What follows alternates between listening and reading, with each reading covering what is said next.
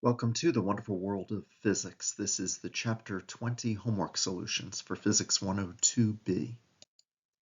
Starting with number 34. For electromagnetic waves with each of these frequencies, find the wavelength in a vacuum. In what region of the electromagnetic spectrum does each lie? So we're going to use this equation. The basic equation for waves is that the speed is equal to wavelength times frequency, and here we're dealing with the speed in a vacuum, so that's the speed of light, and we're solving in each case for the wavelength. So wavelength is speed over frequency. Part A is 9.4 times 10 to the 12th hertz, so we're going to plug it in, and we get 3.2 times 10 to the negative 5 meters. Now the question asks, what region of the EM spectrum does it lie? So we're going to look at the tables throughout Chapter 20. There's a table in the back of Chapter 20, in the Chapter 20 summary, and it says that infrared has a frequency range from 10 to the 12th to 4.3 times 10 to the 14th hertz, and so that falls in this range. Question B asks 6.2 times 10 to the 14th hertz. And so we'll plug that into the equation. We get 4.8 times 10 to the negative 7 meters. And we see in the table that the frequency range for visible is between 4.3 times 10 to the 14th and 7.5 times 10 to the 14th. So that fits in there. And table 20.1 in the beginning of chapter 20 specifically gives wavelength ranges for different colors of light. And it says that 480 nanometers is right between blue and green. Part C is a frequency of 2.9 times 10 to the 15th hertz. You plug that in, you should get a wavelength of 1 times 10 to the negative 7 meters, which is ultraviolet. And part D is 5 times 10 to the 17th hertz. You plug that in, you get 6 times 10 to the negative 10 meters.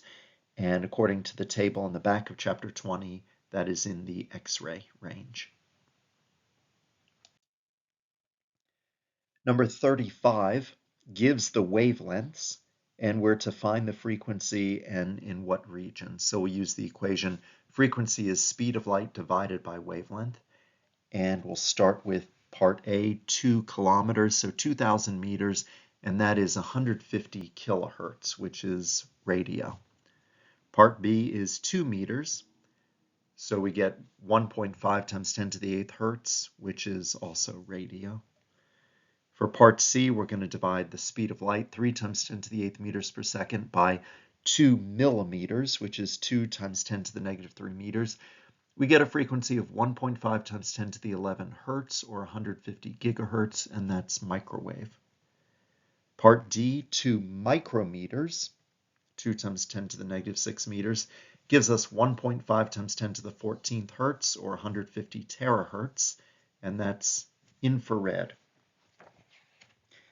And finally, part E is a wavelength of 2 nanometers. Plug that in, 1.5 times 10 to the 17th hertz, or 150 petahertz, and that's in the X-ray. Number 41, an electron is moving at 0.99 times the speed of light directly toward a light source. In the electron's reference frame, how fast is the light approaching? There's no math needed here. Light moves at 3 times 10 to the 8th meters per second in all inertial reference frames. So in the electron's reference frame, it's moving at the speed of light. Number 44, a rod with a proper length of 10 meters. So we're going to write L naught equals 10 meters, lies in the x-axis. If the rod is traveling in the positive x direction, find the rod's measured length when its speed is, and there are these 4 choices. So we're going to use the equation for length contraction, that length is proper length divided by the gamma correction factor. And in part A, here I have the gamma correction factor. It's 1 over the square root of 1 minus v over c squared. So the V over C is 0.1, and we get a gamma correction factor of 1.00504. Therefore, the length is 10 meters divided by that correction factor, so it's been shortened down to 9.95 meters. At half the speed of light, first do as I did in part A, find the gamma correction factor, which is 1.1547, and then the length is 10 meters divided by that, so 8.66 meters. Part C, at 9/10 the speed of light, we get a gamma correction factor of 2.294, and so the rod is shortened to a length of 4.36 meters. And at 99% of the speed of light, the gamma correction factor is 7.089. And so the length of the rod is 10 meters divided by that gamma correction factor, so 1.41 meters. Number 45. A spaceship flies from Earth to the Moon, a distance of 400,000 kilometers. Find the elapsed time for this trip both on Earth and on a clock on board the spaceship when the ship's speed is, and there are these 4 different parts to it. So let's look at part A. The distance is 4 times 10 to the 8th meters, and the speed 0.01 c for part A, so that's 3 times 10 to the 6 meters per second. From Earth's point of view, the time is simply distance over velocity, because in Earth's reference frame, it's going that distance, 4 times 10 to the 8th meters, and it's going at the speed of 3 times 10 to the 6 meters per second, and so we get 133.3 repeating seconds. For the spaceship, there's a gamma correction factor of 1.00005, and so the time as measured on Earth is gamma times the proper time. Proper time is on board the spaceship. So we're going to solve for proper time, delta t over gamma, and we get 133.33 repeating seconds divided by that gamma correction factor of 1.00005, and we get 133.326 repeating seconds.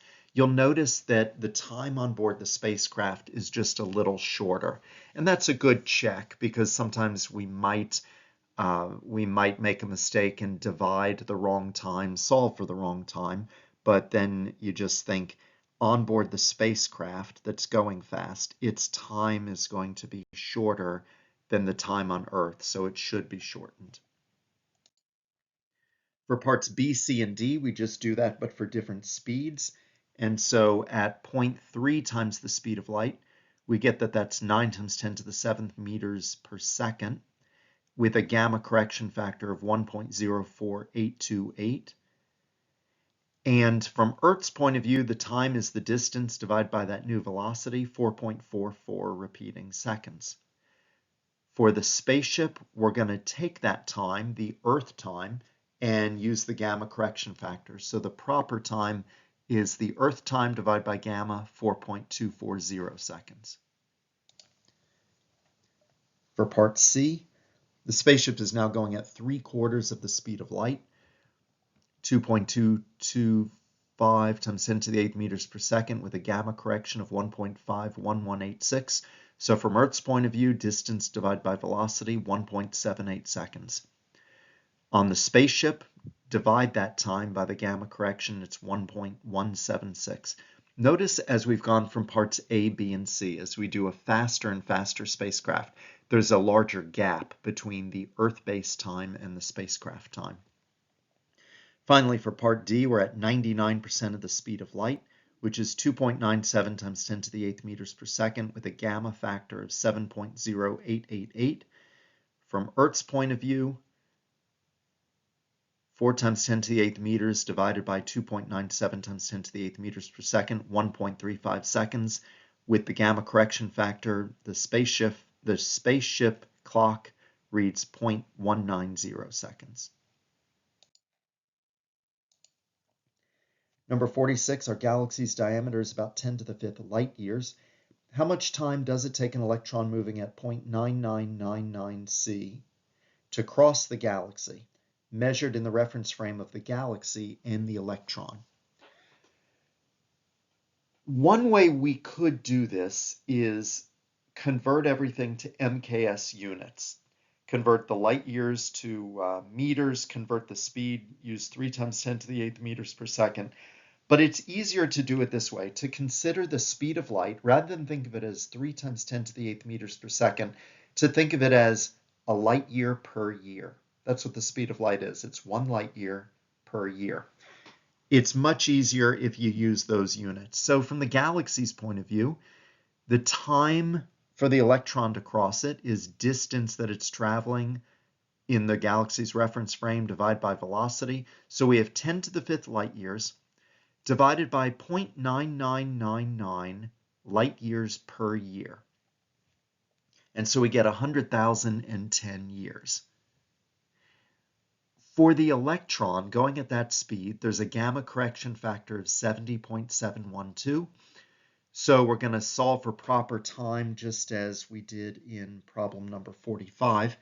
And we get that the 100,010 years have been shortened by the gamma correction factor to only 1,414 years.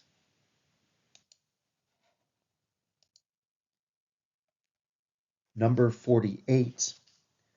You want to gain a year on your earthbound peers, traveling fast enough on a round trip that when 10 years elapse for them, only 9 years elapse for you. What speed is required? So we want to think about our proper time on our ship is 9 years. The time for the outside observers on Earth is 10 years. Time is gamma times proper time, so we're going to solve for gamma in this case, 10 years over 9 years, which is 1.111. Now we want to see what speed is going to give us a gamma factor of 1.111. So I go through the algebra here. You can follow along. We start with gamma equals 1 over square root of 1 minus v over c squared, and I take the reciprocal of both sides, square both sides. I end up with a speed of times the speed of light, square root of 1 minus gamma to the -2, square rooted. And so we can plug those in and we get 0.436 times the speed of light, or 1.31 times 10 to the 8th meters per second. Now, as we learned about with the twin paradox, this strategy won't actually work, because if you're doing a round trip, then the special relativity equations don't work anymore. You need more complex equations of general relativity.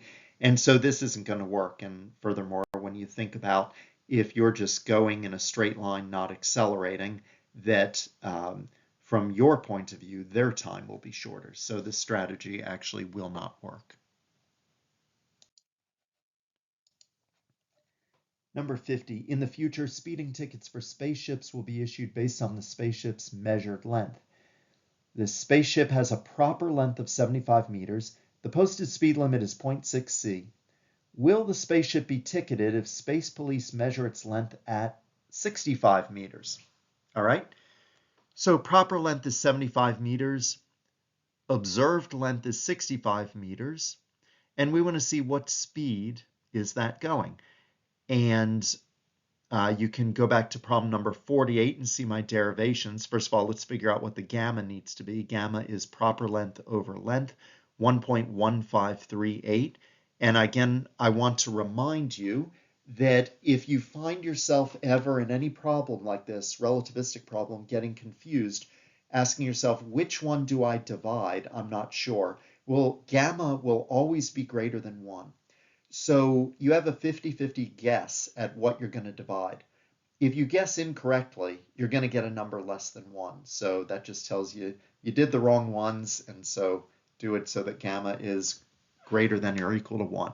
So here we have 1.1538, and you can look back to problem number 48 for my derivation, but the speed is speed of light times the square root of 1 minus gamma to the -2.